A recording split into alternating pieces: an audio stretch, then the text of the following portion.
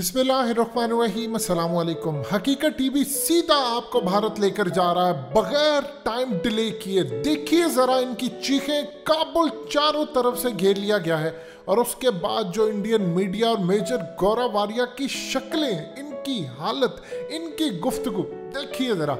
आज भारत के साथ उनके जो यौम आज़ादी का दिन है, इनके 73 साल तारीख में कभी इतना बदतरीन दिन नहीं हुआ जितना आज है। देखिए आपको पता चलेगा कि क्या हो रहा है। अब इनकी चीखें सिर्फ आराम से पीछे टेक लगाकर सुनते रहिए।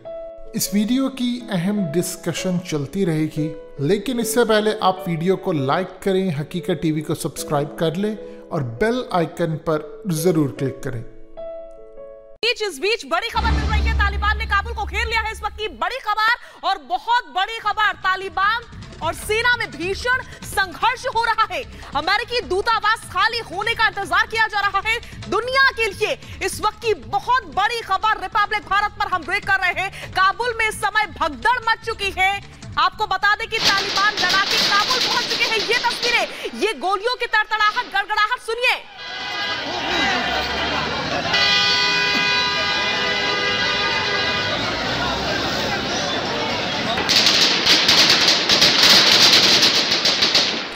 तो गोलियों की ये तड़तड़ाहट आप इस वक्त समझ सकते हैं और जाहिर सी बात है कि ये तस्वीरें और ये आवाजें शाजिया किसी को भी खौफ में डाल दे। तो आप समझिए कि जो वहां की आवाम है वो आखिर किस खौफ से इस वक्त वहां पर गुजर रही होगी। जो अभी ताजा जानकारी मिल पा रही है वो ये कि काबुल को तालिबान ने घेर लिया है। श्वेता त्रिपाठी मेरी सहयोगी न्यूज रूम से इस वक्त और विस्तार से जानकारी के साथ जुड़ चुकी है।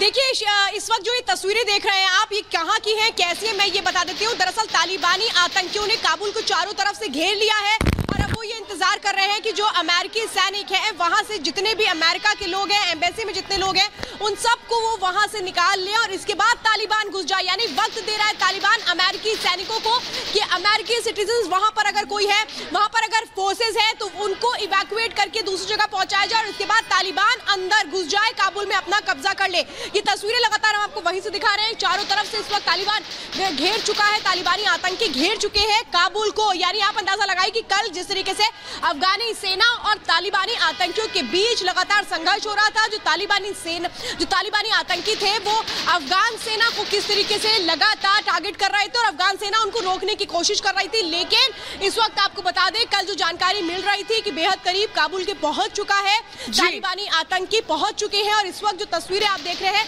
ये वही की है कि कैसे चारों तरफ इस वक्त घेरा जा चुका है काबुल को।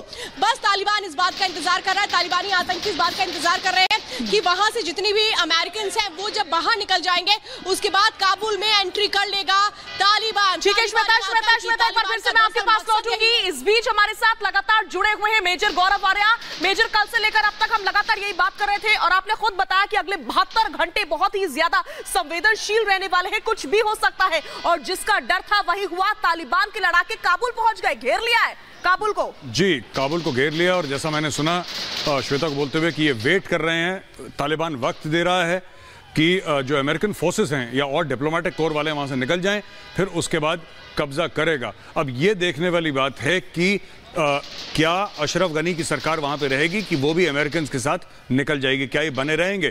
क्योंकि तालिबान का सामना करना ऐसी सूरत में जहां की अफगान फोर्सेस पूरे देश में उनके फैली हुई हैं और यहां पे काबुल के बिल्कुल जिसको कहते हैं घेर लिया है अफगान तालिबान ने, इसके बाद जो हशर तालिबान करेगा अमेरिकन के जाने के बाद। अशरफ गनी को हमने सुना मेजर गौरव वारिया और वो मजबूती के साथ खड़े हुए थे।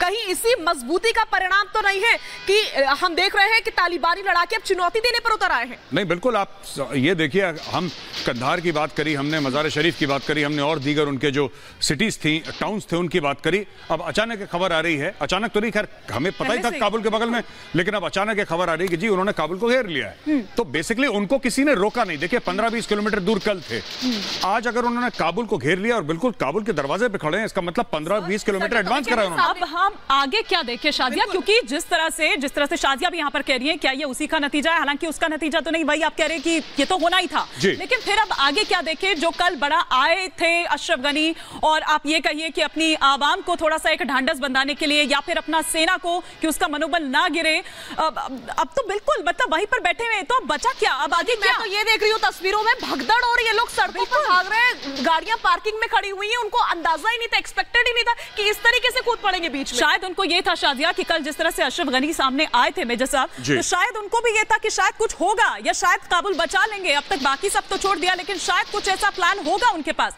लेकिन लग नहीं रहा है। नहीं, बिल्कुल नहीं लग नहीं रहा है। जैसे कि आप इमेजेस देख रही हैं, यहाँ पे पूरी तरीके से भगदड़ मच रही है, पूरा कंफ्यूजन है। और अगर तालिबान दरवाजे पर पहुंच गया तो 1-2-3 दिन रुकेंगे कि सारे डिप्लोमेटिक कोर वाले निकल जाएं, सारे फौजी निकल जाएं। उसके बाद अगर इनको नहीं रोका गया, जो कि मुझे नहीं लगता कि अफगानिस्तान की आर्मी इनको रोक पाएगी, पर अगर नहीं रोका गया इनको अमेरिकन फोर्सेस ने या किसी और दीगर फोर्सेस ने, ये घुस जाएंगे काबुल के अंदर। तो वहां की आवाम का क्या हाल होगा जब वो सोकर उठे सुबह, तो उन्होंने देखा अपने चारों तरफ तालिबानी जो झंडे हैं वो लहरा रहे हैं, और उन्हें समझ नहीं आया एक पल के लिए कि अभी कल ही तो राष्ट्रपति ने कहा था, राष्ट्रपति अशरफ गनी ने, कि नहीं सब कुछ ठीक है, अस्थिरता नहीं आने दूंगा, 20 साल में जो कमाया है उसे गंवाने नहीं दूंगा। फिर आखिर ऐसा कैसे हो गया, ये आवाम वहां की सोच रही थी। जब सुबह सोकर उठी तो उन्होंने देखा कि पूरा दहशत का वो मंजर, सब तरफ तालिबानी झंडे जो हैं वो लहरा रहे थे। और जिस काबुल की हम इतनी बात कर रहे हैं, या जिस काबुल पर हम आपको मिनट टू मिनट रिपोर्ट दिखा रहे थे कि कितना वक्त अब उसे लगेगा, कितने घंटे उसको लगेंगे, या कितने मिनट में अब वो पहुंच जाएगा, अगर यहां पहुंच चुका है। कल हमने मैदान शहर में जब दोनों की जो सेना है, हालांकि इस काबुल में पहुंचने के लिए जिसको इतना इंपॉर्टेंट बताया जा रहा है, जिसको कहा जाता है कि हर चीज यहां से ऑपरेट होती है, तमाम जो दफ्तर है वो यहां पर हैं, एम्बेसीज यहां पर हैं, मतलब आप ये कह लीजिए हार्ट है अफगानिस्तान का। मेजर साहब, उसके बावजूद यहां पर सेना लड़ती नहीं है, उसे मतलब तालिबान को कुछ करना ही नहीं पड़ा, यहां वैसे ही सरेंडर कर दिया गया। और ऐसे हमने कई इलाके देखे हैं जो यूं ही गंवा दिए गए, सेना वहां पर लड़ी ही नहीं। इतनी मतलब मुझे ये शब्द बोलने में बड़ी अजीब लग रहा है कि कमजोर सेना कि आप लड़े ही नहीं। कमजोर है कि कायर है मानी मुझे नहीं पता, लेकिन या कुछ हुआ है, बैक एंड में कोई डील हुई है, आई डोंट नो। लेकिन बड़ी सरप्राइजिंग बात है, हम लोग फौज में अक्सर बोलते हैं विजय या वीरगति, या तुम लड़ो या मारो, जहां पे लड़ रहे हो वहां पे शहीद हो जाओ, लेकिन ये हारा हुआ चेहरा वापस लेकर मत आओ।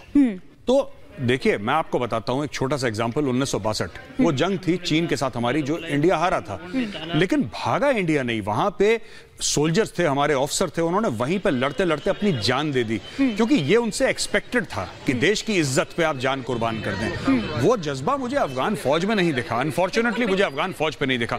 आप हार जाते तालिबान से, मुझे बात समझ में आ जाती, कोई बात नहीं, जंग है, कोई हारता है कोई जीतता है, इसमें कोई बड़ी छोटा नहीं हो जाता। पर लड़ते तो सही, जान तो देते, सर तो कटवाते अपना देश के लिए, तब बात बनती, तब हमें अप्रिशिएट करती है। तो मैंने कहीं नहीं देखा, ठीक है झड़प हो रही है, फिर तालिबान ने 1 2 3 4 5 करके पूरा अफगानिस्तान अब काबुल के अंदर घुस गए हैं। उनके जहां से अफगानिस्तान चलता है, जो मेन ऑफिस है, उसके अंदर दंदनाते घुस गए तालिबान। ये एयरपोर्ट की तस्वीरें हम देख रहे हैं। अब देखिए मानी, फ्लाइट्स टेक ऑफ कर रही हैं। अब आपको यही तस्वीरें देखने को मिलेंगी। मेरा प्रेडिक्शन है मानी, मैं ओपन एयर लाइव टेलीविजन पे बोल रहा हूं, flights taking off and flights landing. ये चिनूक हेलीकॉप्टर दरअसल मेजर साहब, आप इसको अगर डिस्क्राइब करेंगे, इवैक्यूएट किया जा रहा है लोगों को। जी, इसमें ये जो चिनूक हेलीकॉप्टर है, ट्विन रोटर हेलीकॉप्टर है, हेवी लिफ्ट कैपेबिलिटी का, और ये यूनाइटेड स्टेट्स एयरफोर्स है, यूनाइटेड स्टेट्स मरीन्स इसको ऑपरेट करते हैं। और ये आप देखिए किस तरीके से ये सब अपना सामान उठा के, अपने लोग उठा के, लोगों को तो चिनूक पे नहीं ले जाएंगे ये लोग, लेकिन सामान जरूर उठा के ले जाएंगे। और लोगों के लिए उन्होंने एयरक्राफ्ट आएंगे अमेरिकन के, और जितना भी बड़ा इनका एम्बेसी है, सारे के सारे। इस वक्त मैं आपको बताता हूं एम्बेसीज में क्या हो रहा होगा, ये बहुत जानने वाली चीज है। इस वक्त वो लोग अपना डॉक्यूमेंट जो हैं वो डिस्ट्रॉय कर रहे होंगे, मानी नॉट समेट रहे होंगे, वो डॉक्यूमेंट्स डिस्ट्रॉय कर रहे होंगे। वो इंसिनरेटर में, एम्बेसीज में इंसिनरेटर होते हैं, यानी भट्टियां होती हैं, इलेक्ट्रॉनिक भट्टियां, जो जिसके अंदर वो डाल के फूंक रहे होंगे, जिसके अंदर जो हार्ड ड्राइव है कंप्यूटर की, वो अपने पास निकाल के इंफॉर्मेशन रख रहे होंगे। वो तक कर चुके होंगे, क्योंकि ये इसका आभास तो पहले से था ही। बिल्कुल नहीं, पर डॉक्यूमेंटेशन इतना ज्यादा होता है, उसमें वक्त लगता है, कई दिन लग जाते हैं कभी कभी, क्योंकि पहाड़ होता है डॉक्यूमेंटेशन का। जो चीज दुश्मन को कोई भी फायदा पहुंचा दे, वो इंफॉर्मेशन डिस्ट्रॉय हो रही होगी। लोगों को पहले आएंगे औरतें और बच्चे, पहले औरतें और बच्चे आएंगी, जो भी उसका रैंक और डेजिग्नेशन हो कोई फर्क नहीं पड़ता, पर उसकी वाइफ और चिल्ड्रन उनको पहले भेजेंगे, औरतों बच्चों को, फिर आदमी आएंगे वापस एम्बेसी को पूरा ताला लगा के, and then they will evacuate. अब देखते हैं कि एम्बेसी, तालिबान ने तो बोल दिया है कि हम एम्बेसी वालों को हाथ नहीं लगाएंगे, लेकिन क्या एक टेररिस्ट ऑर्गेनाइजेशन पे आप भरोसा करेंगे? कल क्या होगा अगर तालिबान ने बोला कि नहीं एग्जीक्यूशन होगा, हम यहां पे लोगों को मार देंगे? अब वहां पे इंडिया का भी एम्बेसी है। हकीकत टीवी को सब्सक्राइब करना मत भूलें, वीडियो को लाइक करें, शेयर करें और कमेंट सेक्शन में अपनी राय का इजहार जरूर करें।